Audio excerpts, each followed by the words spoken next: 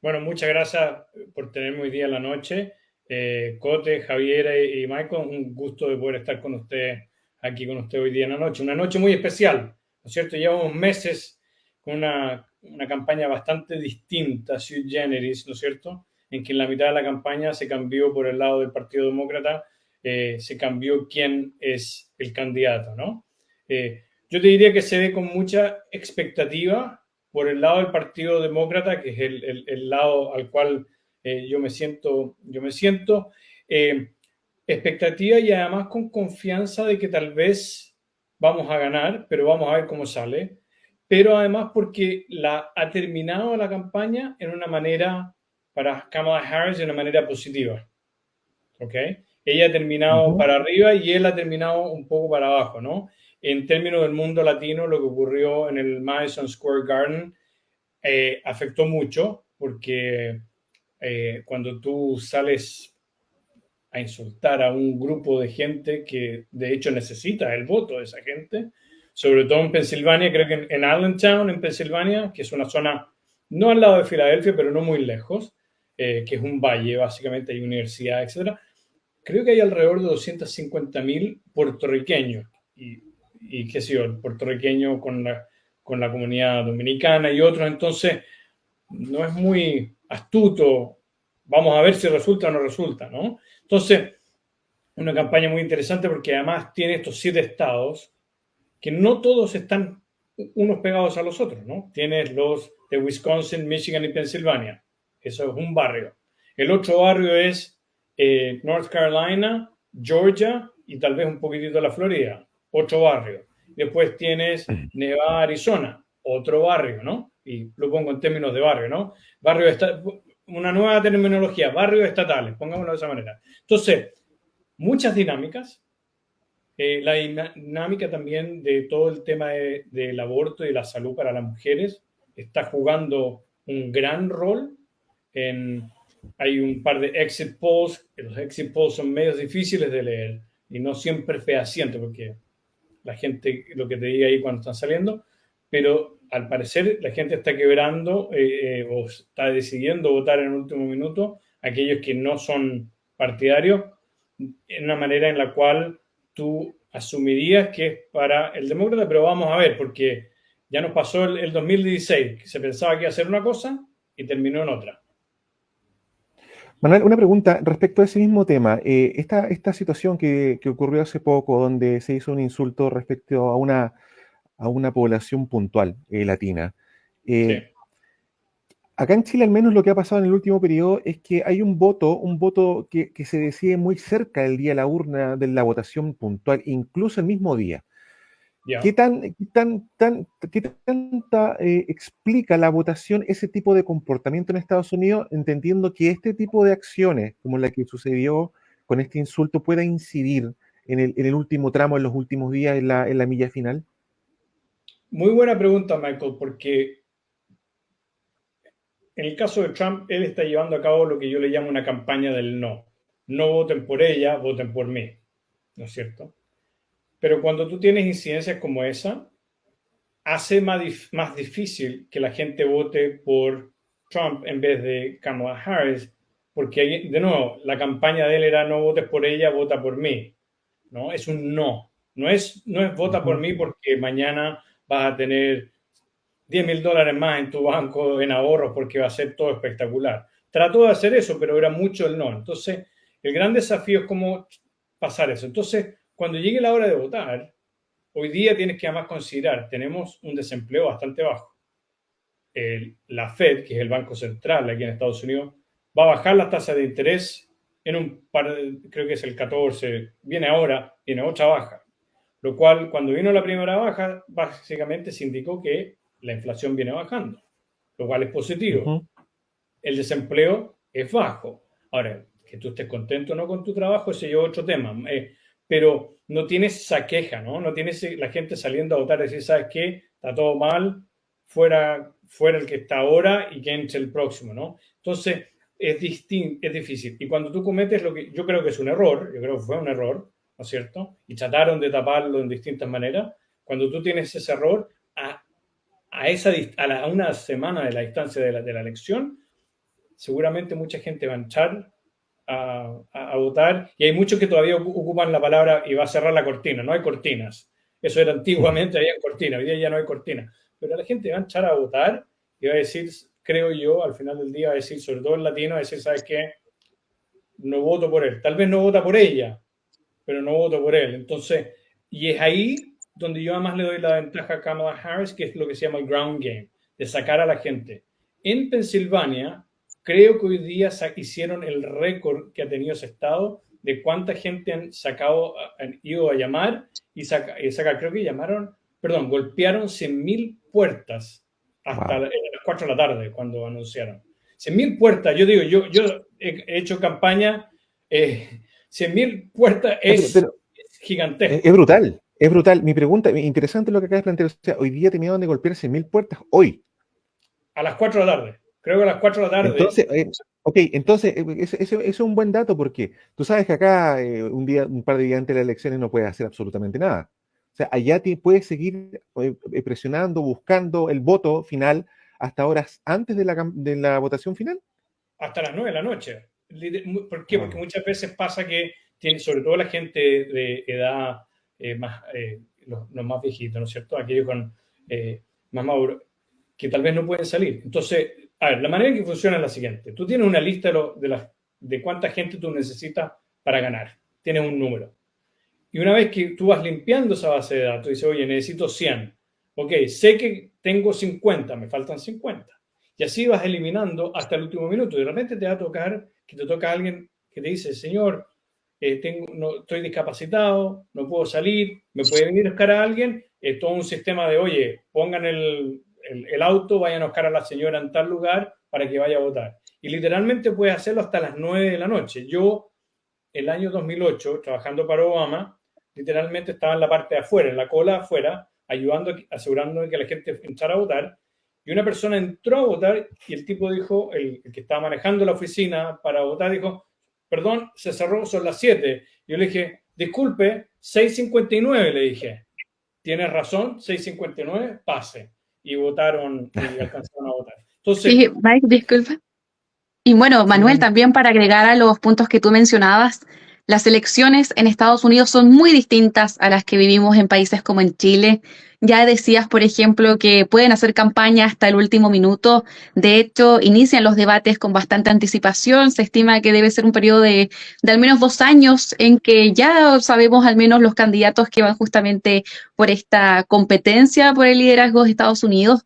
También mencionar que se estima que personas chilenas que viven en Estados Unidos deben ser cercanas a las 190.000 personas e incluso, como también dato curioso para las personas que nos están viendo desde Antofagasta, resulta que tú puedes votar incluso con la cuenta del agua, con la cuenta de la luz para comprobar tu identidad, a diferencia que acá en Chile tú necesitas tener tu cédula de identidad, el pasaporte y bueno, lo único que te puede como excusar es tenerlo vencido hasta en un año, pero la flexibilidad que hay en Estados Unidos para poder votar, incluso votar de manera anticipada por correo, realmente es un avance y que quizás en otros países también deberían tenerlo en cuenta, Manuel.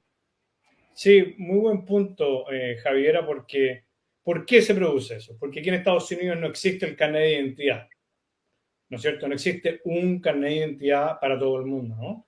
Y hay razones más históricas, ¿no? Sobre todo, por ejemplo, en lugares donde hay más pobreza, la gente no tenía los recursos para sacar el carnet, no tenía la educación, entonces, y el carnet era el carnet de manejar, en su minuto también, sobre todo en partes del sur, si tú tenías un color de piel que no era el que le convenía a la gente, no te dejaban meterte, hubo en algún minuto leyes en las cuales la gente venía a registrarse y te podían hacer preguntas sobre la constitución de Estados Unidos. O sea, hay todo un historial alrededor del hecho de cómo bloquear a la gente para que venga a votar. Gracias a Dios, eso poco a poco se ha ido tratando de sacar, pero siempre hay desafíos y por eso que hay cierta flexibilidad.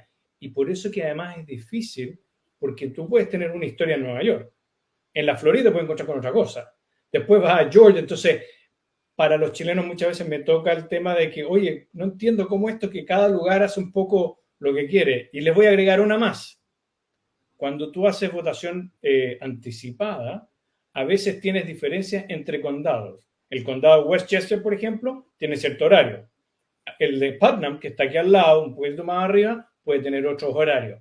No es, y ese es el fraccionamiento federal que hay, ¿no? Hay un sistema federal con un fuerte enfoque a lo local y eso te trae que tiene a veces diferencias, ¿no? Hay otra gran diferencia que también me gustaría que la pudiéramos reiterar para la comunidad que nos está viendo justamente a través de Instagram, que es respecto a que puede ser que justamente un candidato reciba la mayor cantidad de votos, ¿cierto? Que una gran cantidad de personas haya votado por ti, pero eso no es igual a ser el electo.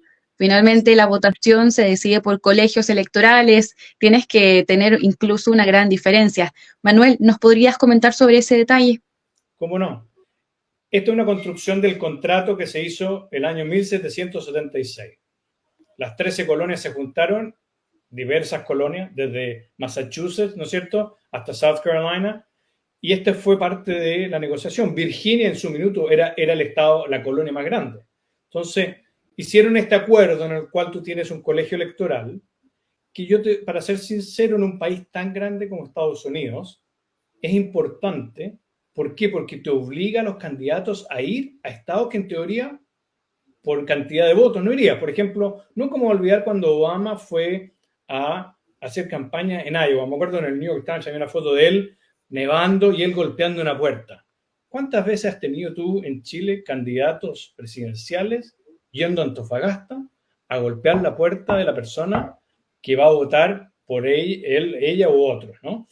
Y eso te humaniza al candidato, te obliga a que el candidato entienda las circunstancias locales y hace también la disyuntiva de que de repente lo que pasó con Hillary Clinton, ¿no es cierto?, que ella sacó más votos que Trump en términos populares, pero perdió, ¿no es cierto? Y ese es el gran desafío que este contrato que se firmó el año 1776, ¿no es cierto?, es un gran desafío y es un poco distinto, pero si miramos otros países grandes, curiosamente me da la impresión de que esto, perdón,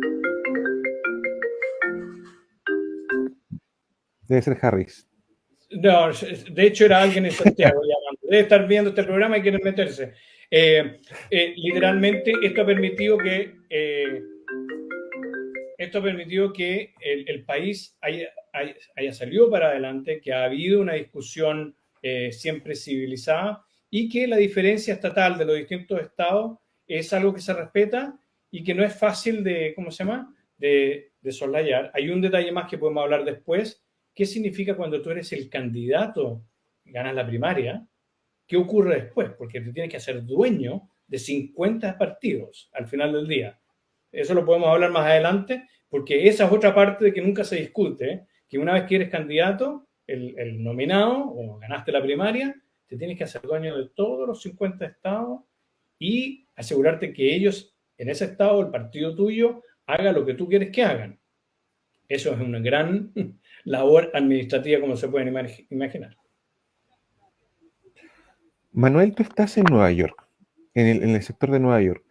Trump tiene un capital social, político muy importante en Nueva York, al menos en la primera elección. Hay una trastienda empresarial muy importante de su vida, tanto su padre como él mismo, en Nueva York y en el desarrollo de parte de Nueva York. ¿Se mantiene esa mirada? ¿Ha cambiado con los años? Muy buena pregunta, Michael, porque una de las cosas que yo voy a estar mirando en términos de número son los resultados en Texas y los resultados en Nueva York en términos de lo que le llamamos turnout. Cuánta gente salió, cuánta gente votó por uno y otro. ¿Por qué? Porque hay un señor que se llama Tim O'Neill, que siempre decía, all politics is local. Toda política es local. Y lo importante es que aquí en el estado de Nueva York, una vez que se produjo COVID y el cambio de dispositivo, se ha ido mucha gente. Y hay un cierto grupo de gente no muy contenta con el Partido Demócrata que concentra el mayor poder dentro del estado. Entonces, yo voy a estar poniéndole mucho ojo a los resultados porque como Trump vino 2-3 veces y ha levantado su nombre y ha sacado a la gente a votar no solamente por Nueva York, pero esto también porque yo creo que él al demostrar que algunos neoyorquinos lo apoyaban a él, otros decían, bueno, si en Nueva York lo apoyan, yo también lo voy a apoyar, ¿no? Creo que ese era su marketing, ¿no? Porque todo lo que sale de Nueva York se transmite al país. Pero puede producir ciertas consecuencias a nivel local. Te cuento que yo vivo en el distrito 16, el distrito congresal 16.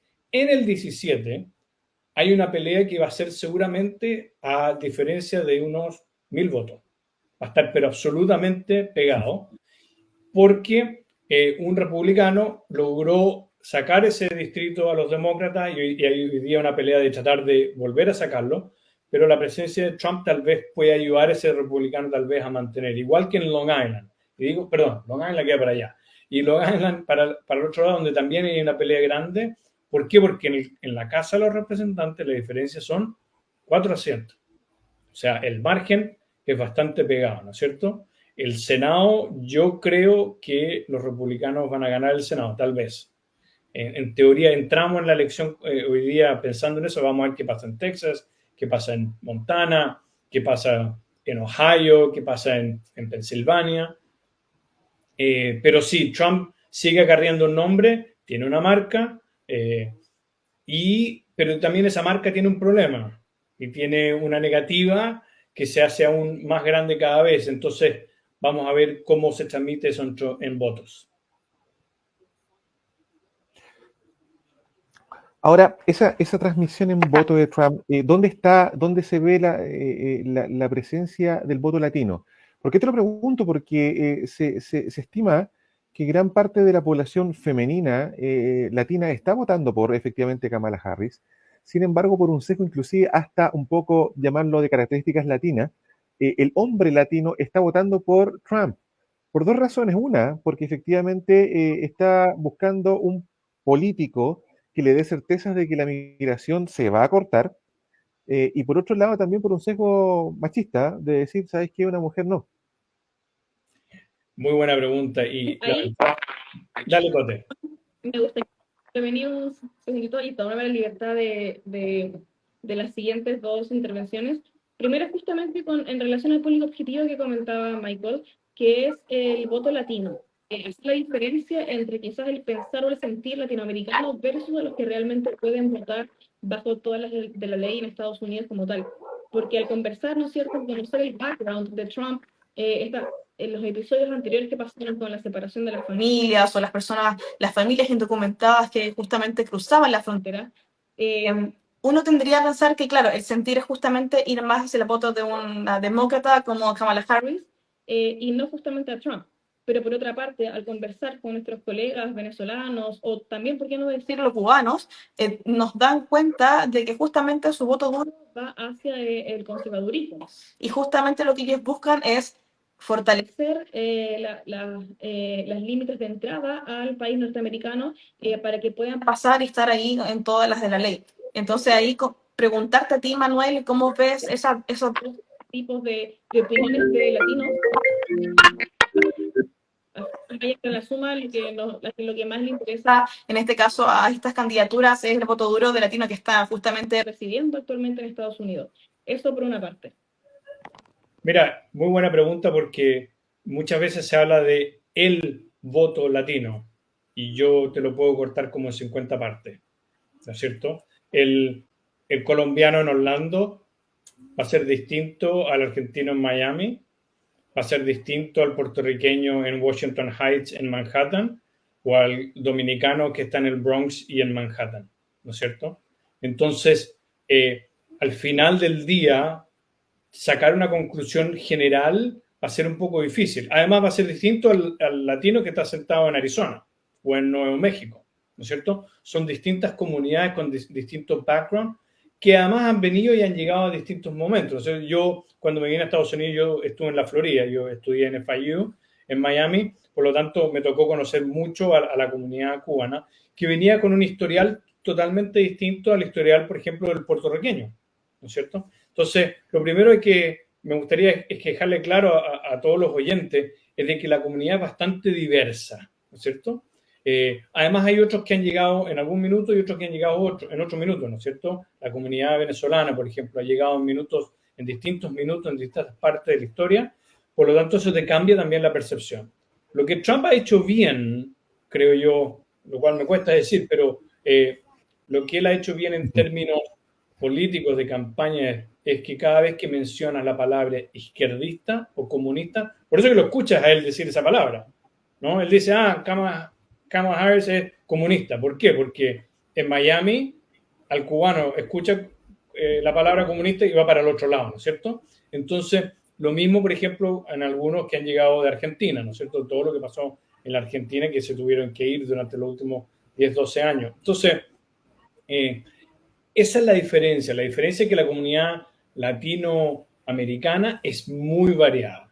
Y por eso es que cuando tú haces la campaña a nivel local, tienes que estar muy pegado a qué es lo que está pasando. Por ejemplo, donde yo vivo, hay una gran comunidad mexicana, hay una gran comunidad ecuatoriana, hay una gran comunidad también puertorriqueña y dominicana. Entonces, tú tienes que trabajar con todas esas comunidades de una manera distinta porque las percepciones, la historia y lo que andan buscando es distinto. Lo que sí yo te diría que todo el mundo está de acuerdo en que tiene que haber un orden en términos migratorios. De hecho, el Congreso, el Senado, iba a pasar una ley propuesta por senadores republicanos con una ley que no era blanda, por el contrario, bastante estricta, y Trump influenció para que no se votara, ¿cierto? Entonces, si bien hubo un par de demócratas que no votaron, eran 4, la mayoría de los republicanos dijeron no vamos a votar, ¿no? Y fue una ley que ellos mismos escribieron, ¿no es cierto? Entonces, ¿por qué? Porque en términos políticos, si se arreglaba el tema migratorio, a Trump no le queda nada que hablar. Entonces, esa es la dificultad de que es un tema que es súper diverso, que es un tema que además tiene distintas comunidades. Por ejemplo, en Rhode Island, de donde viene la familia de mi señora, tienes una comunidad muy fuerte de dominicanos. Entonces, en Rhode Island, cuando tú hablas del latino, más que nada, en general, es un cierto latino. Cuando estás en Arizona, es otro, ¿no? Entonces, la diversidad de eso, yo creo que hace difícil hacer una generalización. Pero lo que Michael señalaba, hay un cierto voto de hombre latino que a mí me da pena de que porque la persona es mujer no se le vota, ¿no? Al final del día espero que en algún día pasemos de ese marco aquí en Estados Unidos, ¿no es cierto? Chile lo ha hecho, otros países lo han hecho, ¿no es cierto? ¿Por qué no se puede hacer acá, no? Y eso está todavía ahí y Trump fue capaz de manipular esa imagen, yo soy un hombre, un macho, no puedes votar por una mujer, vota por alguien que soy fuerte. Por eso es que tú escuchabas las palabras de él, I'm strong, she's weak, ¿no es cierto? Para poder crear ese contraste que le permitiera por lo menos una entrada con esa gente. Y vamos a ver el efecto de eso. Claro, porque al final es un contraste de género, al fin y al cabo. Y justamente con esa misma pregunta, pero desde otra perspectiva, ¿qué pasa con el mismo escenario, pero desde una mujer? Por ejemplo, estados como Iowa, que se ha caracterizado desde siempre por tener una tendencia más conservadora, de un voto duro conservador, ahora se está viendo a más demócrata, justamente por una significancia desde las mujeres que están votando por Kamala Harris, por un tema de sororidad o porque pues, justamente en apoyo al género, que se puede extrapolar hacia esa perspectiva. ¿Crees tú que pueden haber otros casos de otros estados en los cuales pudiera pasar una situación parecida, que pudiera justamente influenciar alguna significancia con estas elecciones? Muy buena pregunta, Cote, porque ya pasó. En Kansas hubo un referéndum sobre el aborto, porque el bien extremo, y la mujer, básicamente, las mujeres votaron no contra la ley de aborto, la prohibición que querían poner. Entonces, ese fue el primer como coletazo en algún minuto. Yo creo que sí. No nos olvidemos que Obama ganó Iowa. Y parte del equipo que tiene hoy día Kamala Harris es básicamente cuando se produjo lo que se produjo, creo que fue el 21 de julio, la impresión mía es que el equipo Obama dijo, ok, sentemos al equipo entero en el equipo de Kamala Harris porque no tenemos tiempo. Y por eso que yo confío en Plouffe, porque él es muy ordenado, y por eso que sacó 100.000, fue a golpear 100.000 puertas hoy día, ¿no? Porque tienen esa estructura, tienen esa organización. Entonces, en Iowa, Obama ganó. Es un estado chico, es un estado en el cual la mujer tiene un rol muy fuerte. De hecho, creo que la gobernadora es mujer, a darte un caso. Entonces, yo creo que puede aparecer tal vez en otros estados, lo vamos a descubrir dentro de un par de horas. Y yo sé que para ustedes es muy tarde en Chile, sobre todo por Antofagasta, ¿cómo se llama? Va a ser tarde para todos ustedes, pero tienen que quedarse prendidos, porque esto va a estar muy interesante, porque va a ser hasta el último minuto. Yo me gustaría ver qué es lo que pasa en Texas en la carrera senatorial, porque en Texas hay una ley antiaborto extremadamente dura, tan dura que han habido casos de mujeres que han tenido problemas con su embarazo, que han llegado al hospital y el hospital le dice, mira, ¿sabes qué? No quiero tocarlo porque si llega a morir en una de esas me cae la policía, me cae el juez por la ley. Los republicanos dicen, no, tú puedes hacer algo, no, flaco, está escrito de tal manera que no quiero... Y se ha muerto gente. Entonces, eso dentro, y yo no soy mujer, por lo tanto no me puedo poner exactamente en los pies, pero puedo empatizar, tiene que haber ha creado todo un tema súper fuerte entre la mujer. Hay una campaña de los stickies en los baños. De mujeres empezaron a poner esto, una cosita así, ¿no es cierto? Como esto, parecido a eso, en los baños diciendo, tú puedes votar por ella, nadie va a saber cuál es tu voto. Y empezaron a aparecer en distintos baños en distintas partes. ¿En qué baño? En el baño de las mujeres. Entonces, hay una activización o sí, se han activado las mujeres de una manera bastante interesante.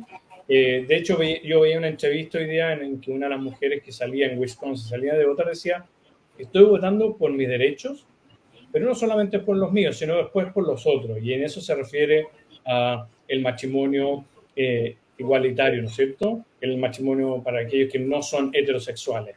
Entonces, eso va a ser súper importante. Y parte con la mujer. Así que vamos a ver cómo termina eso. Pero esa pregunta es muy clave porque va a haber, creo yo, un coletazo fuerte. Creo, en base a lo que estoy viendo, en base a la data, base también, en Michigan están diciendo que hay récord de número de gente votando.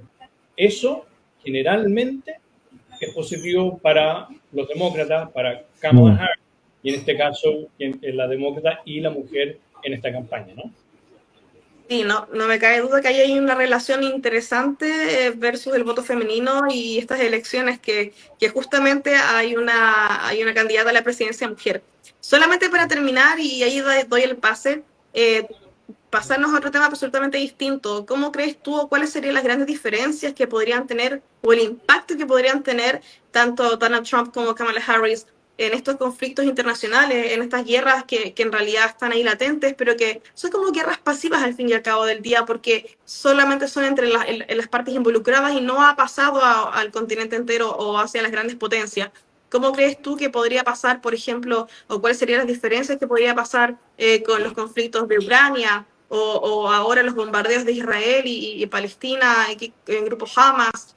¿Cuáles crees tú que serían las diferentes posturas y las consecuencias para las grandes potencias y como también para el resto del mundo? Y también incluyéndonos a nosotros como Chile, que tan lejanos, también nos van a influenciar las consecuencias de estos grandes conflictos. Cote, qué preguntaza. Es una pregunta gigantesca porque yo creo que la diferencia es diametral. Con Trump tienes caos, con Kamala Harris no lo tienes. Hoy día, y esta es mi percepción personal, hemos entrado en lo que yo llamo la guerra grande, the big war. Hoy día tienes soldados norcoreanos sentados en Ucrania. ¿No es cierto? Tienes una alianza, Rusia, Corea del Norte, China, algo de Irán, Venezuela, en teoría, ¿no es cierto? Metidos en una alianza que no deja de decrecer, sino que sigue creciendo, en que se está haciendo aún más íntima. Hoy día había un video de la ministra de Relaciones Exteriores norcoreana en Moscú, ¿no es cierto? No se juntaron a tomar té, ¿no es cierto? Se juntaron a hablar cuáles son los próximos pasos. Entonces, si tú tienes un Estados Unidos en caos, creo que sería el caso con el presidente Trump, en varias cosas, ¿no? No solamente en el tema internacional, también en el tema doméstico. Tú tienes un Estados Unidos que tal vez pueda no crecer, y sobre todo las políticas de él, creo yo, como mucha otra gente cree, traería inflación, lo cual significa que la Fed sube la tasa de interés, lo cual significa que afecta la tasa de interés en el Banco Central en Chile. O sea, esa es una directa, ¿no? te suben las tasas en un lado, te van a subir las otras, ¿no? Eso generalmente es directo. Entonces, yo creo que para Chile la mejor salida en esta campaña es que gane ella, de manera que haya cierta estabilidad, ¿no es cierto? Escuchaba yo ahí a ciertos comentaristas de que al final del día Latinoamérica es como el patio de atrás y no se le pega mucha atención. Hemos entrado en una lógica mundial distinta. Y yo creo que Latinoamérica tiene la posibilidad de convertirse en parte de la producción de Estados Unidos, de Canadá, de México, del mundo en general, de una manera aún más ¿cómo se llama?, complementaria. Entonces, teniendo un Estados Unidos que crece, que baja la inflación, con bajo nivel de desempleo, es excelente para que las empresas latinoamericanas, especialmente las chilenas, crezcan. Número dos, todo el tema del mundo del auto eléctrico, ¿no es cierto? Todo el tema del litio, todo ese tema es tremendamente importante para Chile, ¿no es cierto? La minería es un gran porcentaje del crecimiento en Chile. Entonces, el poder mantener esta relación con Estados Unidos, que haya estabilidad, que haya crecimiento, de que pasar de la cantidad del auto eléctrico que tenemos hoy día a 2 o 3 veces, eso va a ayudar a Chile, ¿no es cierto? Que Estados Unidos siga creciendo. China no crece, ¿no es cierto? Podemos tener toda una discusión sobre China, por qué no crece y cómo crece, ¿no es cierto? Eso es otro tema al final del día. Pero Estados Unidos se ha convertido, ¿no es cierto?, en la máquina que tira la economía para adelante.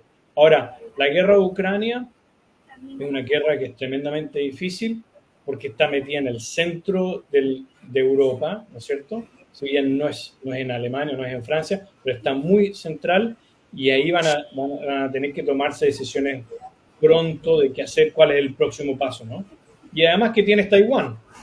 En el tema de Taiwán que puede saltar hoy día, mañana o en 10 años. Entonces, tú tienes un escenario complicado. Por lo tanto, yo espero que al final del día, si gana Kamala Harris, que tengamos una estabilidad que permita lidiar con esas circunstancias externas, tratar al final del día de eliminarlas, es decir, de que lo que pasa en Israel con Palestina, que se solucione, es un gran problema, porque además ahí tienes otro set de alianzas, ¿no es cierto? Y tienes otro tema, que es el tema del petróleo también metido entre medio y otros. Entonces, al final del día, Trump es un camino y Kamala Harris es el otro camino. Yo creo que para Chile el mejor camino creo que es ella. Creo que es la estabilidad, de que sigamos en el paso que estamos. De nuevo, las tasas de interés siguen bajando, la economía sigue creciendo, que es todo lo que queremos, es todo lo que se necesita para que también Chile pueda seguir creciendo y seguir creciendo aquí en Estados Unidos y en otras partes del mundo. Super, Manuel, muchas gracias. Gracias a ti por la Manuel, pregunta. ¿Sí? Maravilloso, hay mucho que analizar, mucho que conversar. Me interesa mucho también mencionar tu podcast. Manuel tiene un podcast, y lo que tenemos aquí en nuestro GC, para que lo conozcan, es un podcast también relacionado con temas de política y es súper interesante, lo estoy escuchando hoy en la tarde. Así que tienes un nuevo seguidor, va a tener un par más por ahí. Y pucha, vi que también estás en el estado de Westchester en el área tributaria. Ver temas de impuestos va a ser un tema interesante como para una segunda conversación contigo. Encantado, siempre encantado. Les agradezco mucho la oportunidad de estar aquí con ustedes. Muchas gracias por mencionar el podcast. Le pusimos el nombre de Final Countdown. Somos, mi amigo Sebastián y yo somos de los años 80-90, por lo tanto la canción le pegaba perfecto. Y de nuevo, es una discusión bien coloquial, tratando de revisar, así que encantado de que a ustedes les guste. Por favor, escúchenlo. Y estoy a vuestra disposición. Si entiendo, tienen gran audiencia en Antofagasta. Me encanta Antofagasta, así que si hay alguna otra oportunidad de poder conversar con usted o con estudiantes o con quien quiera saber un poco más, saben que aquí tienen un amigo, saben con quién conversar. Perfecto, Manuel. Mira, nuestra audiencia en Antofagasta, Gracias. pero también es todo Chile. O sea, nuestra red de espacios americanos se traduce desde Arica hasta Puerto Montt. Así que lo que estamos haciendo ahora, la conversación que vamos a tener, se va a replicar por todo Chile. Pero Antofagasta te espera con hartas conversaciones. Manuel, te pasaste, muchas gracias por tu tiempo y seguimos en contacto. Muchas gracias, que tengan una excelente noche y de nuevo, si en el futuro necesitan conversar conmigo, yo encantado siempre sumarme. Cote, Javiera, Michael, fue un placer poder estar con usted y espero en algún minuto poder conocerlo cara a cara. Que tengan una excelente noche. Muy buenas noches. Buenas noches. Chao, chao. Chao. Muy interesante los puntos que estuvimos conversando recién junto a Manuel. Me gustaría también acotar que, como bien él decía, no vamos a conocer los resultados prontamente. Realmente las votaciones van un poco lentas. Algunos dicen que a las 3 de la mañana ya tendríamos recién un escenario más seguro respecto a lo que está pasando en Estados Unidos. Acotar respecto al colegio electoral que tiene 538 votos electorales, algunos estados más que otros, por ejemplo, California tiene más de 50 y los candidatos necesitan contar con 270 o más finalmente para ser los electos. Así que realmente tenemos que tener paciencia. Hay algunas proyecciones, muchas encuestas, pero también me gustaría mencionar sobre eso que en elecciones anteriores las encuestas no han acertado.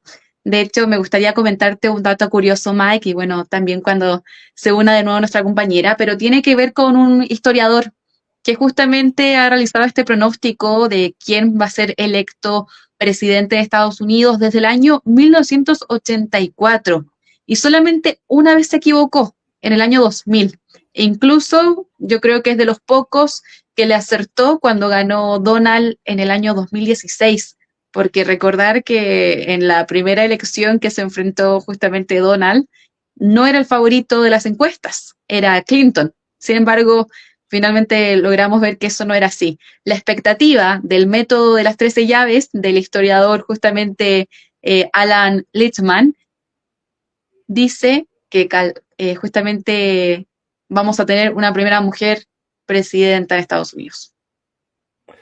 Mira, lo cierto acá son varias cositas. Una, el que quiere saber el resultado final va a tener que madrugar, así como cuando lo hicimos para esperar en las medallas de oro de Nicolás Massú, o cuando vemos un partido de la selección chilena en otro país, o como cuando también todos seguimos las elecciones en Venezuela para saber qué había pasado, madrugamos. Así que acá no va a ser la excepción.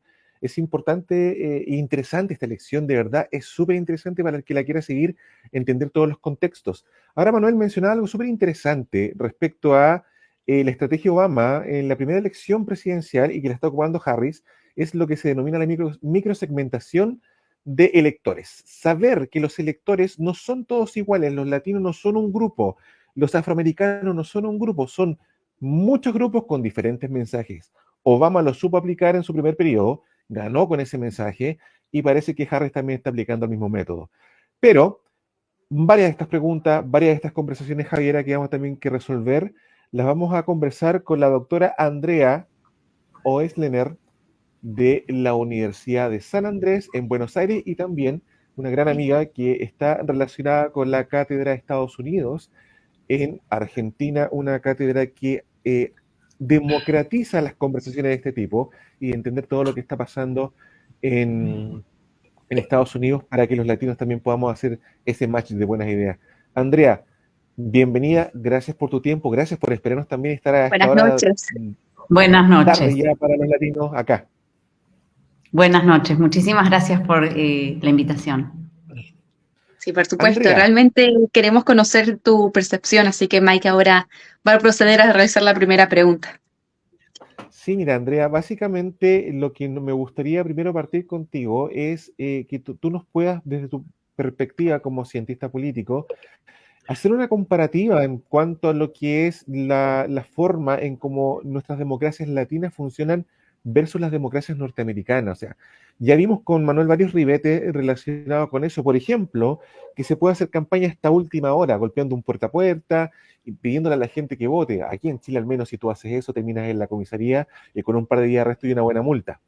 En Estados Unidos no, entonces efectivamente la democracia se veía distinto, pudiendo votar en diferentes fechas, mandando por correo, votando por computador, con diferentes credenciales que identifican quién eres o quién no eres. Ese del buzón donde tú dejas tu voto, para el latino es algo tan poco racional que dice, si lo hago en Latinoamérica, probablemente ese buzón desaparezca o mi voto lo cambien. Allá funciona. Allá funciona, me parece que son sociedades que están mucho más basadas en la confianza de lo que las sociedades latinoamericanas. En particular me acuerdo, yo sé que este no es el caso necesariamente americano, pero yo viví muchos años en Gran Bretaña, En Gran Bretaña uno llega a la mesa y le preguntan el nombre y la dirección y uno puede incluso ir sin una identificación. Además, la identificación, un poco como en Estados Unidos, no hay, no sé, en Argentina tenemos una cédula de identidad, ¿no? No hay una cédula de identidad, está el pasaporte, que no todos lo tienen, y por lo demás, cualquier identificación que tenga el nombre de una foto alcanza. En general, eso es el registro de conducir, pero podría ser otro también, ¿sí? Por ejemplo, tarjetas de crédito con fotos. Y me parece que son sociedades que están mucho más basadas en la confianza. De todas maneras, si puedo desviarme un poco de ese tema y comentar un poco sobre la última parte de la conversación que estaban teniendo con Manuel, que me pareció interesante también, porque a mí en particular me interesa mucho el tema de las relaciones internacionales y de quizá la diferencia que puede haber entre estos dos, por ahora todavía candidatos, para América Latina, ¿no? Y Manuel hacía referencia a que había complementariedades importantes. Y creo que hay algunas complementariedades importantes, sobre todo en el sector extractivo, que es uno de los focos principales, una de las economías principales de Chile. Y hay mucho potencial ahora con el tema del litio en el norte de Chile, en el norte de Argentina, en ese triángulo del litio. Eso puede volver a, por lo menos, esa región atractiva para Estados Unidos e importante incluso para Estados Unidos. Por lo general, en el resto de las industrias y en el resto de las ramas de la economía, me parece que América Latina es poco importante para Estados Unidos. La agenda de Estados Unidos y América Latina es una agenda en general negativa. El otro día escuchaba que decían, América Latina exporta 2 cosas a Estados Unidos, drogas e inmigrantes. Son 2 cosas que están muy presentes en el discurso de campaña de los 2 candidatos, mucho más presentes, por supuesto, en el de Trump. Pero es muy posible que incluso una presidenta Harris no tenga unas políticas migratorias terriblemente diferentes, porque el tema migratorio dominó la agenda de la campaña para los 2 partidos. Y es una agenda negativa. Por lo demás, las economías, por ejemplo, Argentina, Brasil, Uruguay, en el cono sur de América Latina, somos fundamentalmente productores de productos agropecuarios. Bueno, Estados Unidos también y los tiene protegidos, con lo cual las economías no son complementarias, sino más bien competitivas. A esta parte del cono sur, a estas economías agropecuarias, les pasa lo mismo con Europa, ¿sí? A principio de año visitó varios países de América Latina, pasó por Argentina Josep Borrell, que es medio lo que sería el equivalente a un ministro de Relaciones Exteriores de la Unión Europea, y dijo, nosotros no necesitamos la carne y los cereales, esto además en el contexto de la guerra en Ucrania, que era de alguna manera el granero de Europa, de África, de Asia. No necesitamos, Europa es autosuficiente en cuanto a alimentos. Claro, tienen los mercados muy protegidos. Estados Unidos pasa lo mismo, con lo cual las economías no son complementarias, son más bien competitivas, por lo menos en lo que a nuestras exportaciones respecta. Y la agenda es en general una agenda dominada por cuestiones negativas, drogas e inmigrantes. Es cierto, me parece que una presidenta Kamala Harris le daría más importancia y más peso a las cuestiones de calidad democrática, ¿sí? Miraría y defendería más que un presidente Trump. debilitamientos de la democracia, erosiones de la democracia en América Latina, desvíos de la democracia en América Latina. Creo que tendría una política más asertiva en esos casos. Pero también creo, otra vez, América Latina no es lo suficientemente pobre, no es lo suficientemente peligrosa, no tiene armas nucleares, no hay grandes conflictos, no tiene las urgencias que tienen África, que es mucho más pobre, Europa y Medio Oriente, que están en guerra, armas nucleares como en Rusia, en Corea del Norte. Entonces, salvo por el litio ahora, me parece que es una agenda que queda mucho más relegada, la agenda de América Latina respecto de Estados Unidos. Sí, doctora, justamente ahí también me gustaría detenerme, porque acá en Chile, justamente desde Antofagasta, nuestras banderas serían ser capital minera, capital de la electromovilidad, incluso hemos escuchado a nuestras autoridades decirlo, capital del hidrógeno verde, pero cuando hablamos de la agenda de países como Estados Unidos, Chile no está justamente en su panorama y yo creo que eso es algo que hay que asumir. Directamente no vamos a estar justamente muy influidos.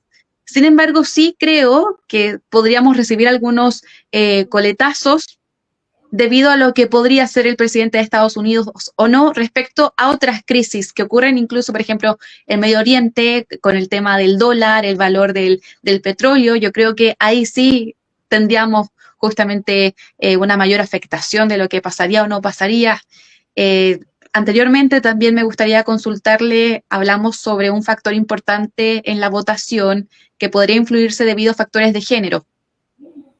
Sin embargo, podría ser más prioritario para el estadounidense, para la persona que vive en Estados Unidos, otras materias. Usted lo decía, la migración ha también escalado a niveles bastante incontrolables en muchos aspectos y también la seguridad. Podríamos decir que la posible futura presidenta va más por las minorías, va más también por ampliar relaciones internacionales. Sin embargo, también hemos escuchado declaraciones de Donald respecto a que él un día, como presidente, acabaría incluso con la guerra en Medio Oriente. Entonces son declaraciones bastante potentes. ¿Cómo la sociedad percibe eso? Son declaraciones potentes, son declaraciones vacías también diría, ¿no? Trump hace todo tipo de declaraciones muy grandilocuentes, con poca evidencia de que sería capaz de hacerlo. Estaba escuchando uno de los discursos, esta mañana estaba escuchando uno de los discursos donde decía básicamente, todos vamos a ser mucho más felices. Bueno, son promesas difíciles de medir de alguna manera, ¿no? De que todos vamos a estar mucho mejor y todos vamos a ser mucho más felices una vez que yo sea presidente. Me parece que son promesas difíciles de medir. Dicho esto, sin embargo, tienen un eco en, evidentemente, cerca de un 50% de la población, que tiene que ver en gran parte, me parece, con sectores de alguna manera olvidados y relegados por todo el discurso mucho más optimista de los años 90 y tempranos 2000, el discurso de que la globalización iba a traer beneficios para todos. Y lo que pasó después con el fin de la Guerra Fría y la ampliación y la profundización de la globalización, bueno, fue que algunos países se beneficiaron mucho más que otros y que algunos sectores dentro de las sociedades se beneficiaron mucho más que otros. Y aquellos sectores que no se beneficiaron de la misma forma, esperaban esas promesas, escucharon esas promesas y resultaron para ellos promesas incumplidas. Eso provocó claramente mucha frustración y esto, digamos, que está pasando en Estados Unidos no pasa solo en Estados Unidos. Vemos que es un fenómeno global y vemos que las mediciones de calidad democrática y de número de democracias en el mundo, año tras año, en los últimos 10 años, están dando una erosión de la democracia en aquellos países que son democráticos y una disminución de países con democracias liberales. Una disminución en el número, con lo cual disminuye el número y en aquellos países que todavía tienen democracias liberales hay una erosión de la calidad de sus democracias. Y esto me parece que son señales importantes. Entonces, Trump y esta elección tan polarizada en Estados Unidos es parte de una tendencia, es parte de la misma tendencia al crecimiento de la derecha nacionalista y populista en Europa, es parte de la misma tendencia que dio ganador al Brexit en Gran Bretaña, y tiene que ver, me parece, con sectores importantes de la sociedad que no vieron cumplidas las promesas de ese capitalismo y ese liberalismo, esa globalización que prometía muchos más derechos y mucho más bienestar para todos.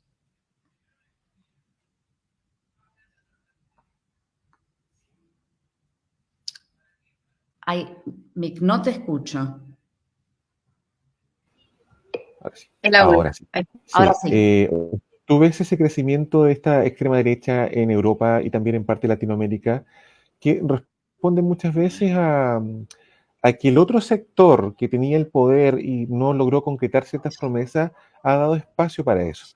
Ahora, la pregunta es, ¿cuánto margen tienen para seguir creciendo con un Trump, por ejemplo, en la presidencia? ¿Qué tan factible de que en la elección de una Harris en la presidencia de Estados Unidos pueda llegar al menos a frenar o a revertir también ese proceso?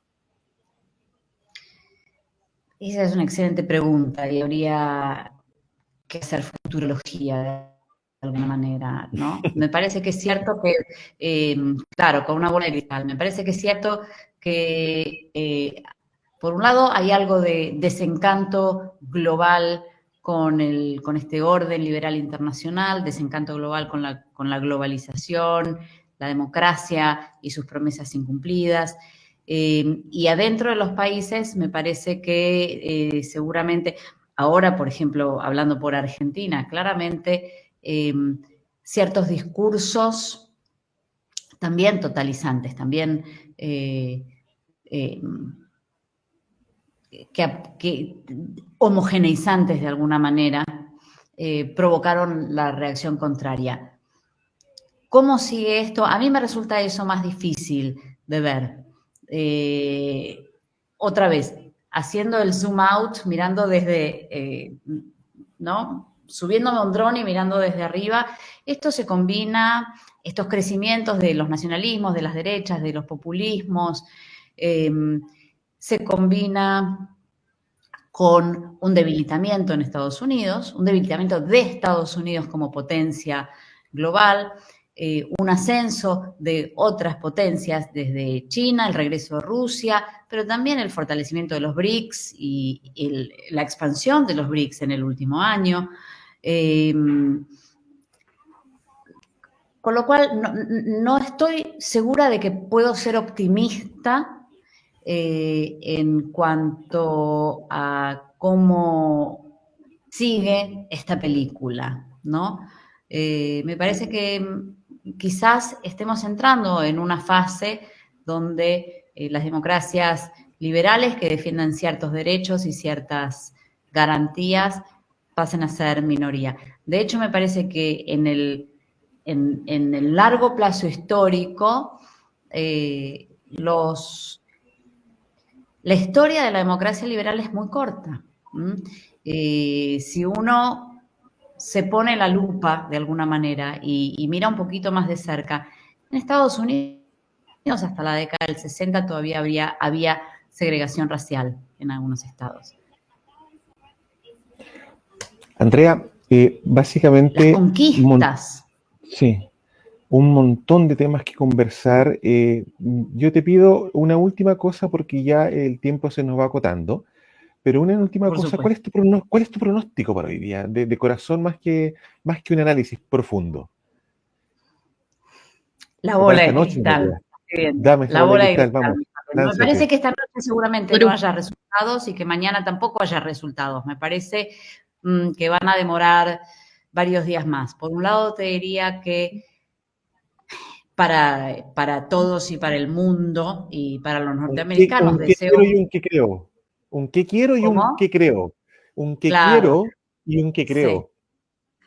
De todo corazón, me gustaría que ganara Kamala Harris, porque a mí Donald Trump me parece realmente una persona peligrosa eh, y con poca estabilidad emocional para manejar los destinos de uno de los países más poderosos del mundo.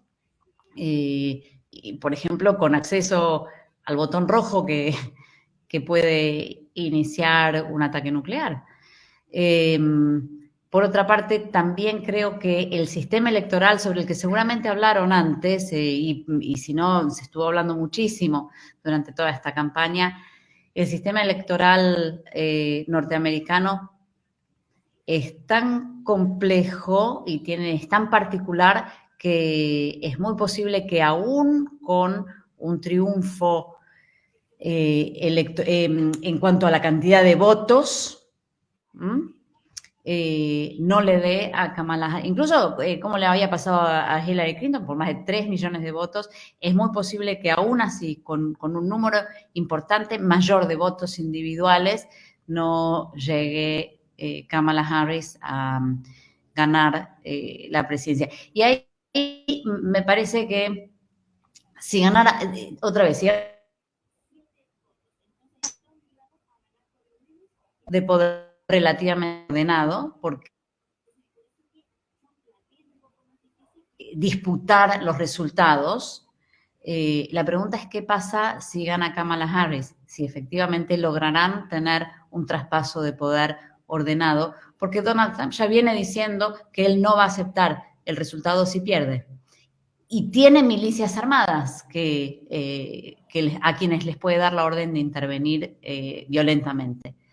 Con lo cual me parece que podríamos estar ante un escenario peligroso potencialmente si gana Kamala Harris y peligroso, no potencialmente, claramente peligroso si gana Donald Trump. No hay óptimo. Se viene entonces no un cierre muy pronto, se vienen hartos acontecimientos políticos en Estados Unidos. Como dice por ahí un político chileno, el mundo cambió y Estados Unidos no es la excepción. Andrea, muchas gracias por tu tiempo, por acompañarnos esta noche. Quedaron muchas preguntas pendientes. En honor al tiempo y al proceso de transmisión, quiero despedirte y agradecerte este espacio con nosotros, darte el tiempo a estas horas de la noche en Buenos Aires y también dejarte invitada para una próxima oportunidad para seguir profundizando en estos temas que son sumamente interesantes para nuestra audiencia. Con gusto. Y de este modo, sí, y de este modo, Andrea, Javiera, damos por cerrado esta conversación de las elecciones presidenciales en Estados Unidos por el día de hoy. Esperamos que el resultado sea el más óptimo, sobre todo para Latinoamérica y para, bueno, en este caso Chile y Argentina, y que básicamente la democracia sea la que se fortalezca en este proceso. Muchas gracias a ambos. Gracias. Adiós.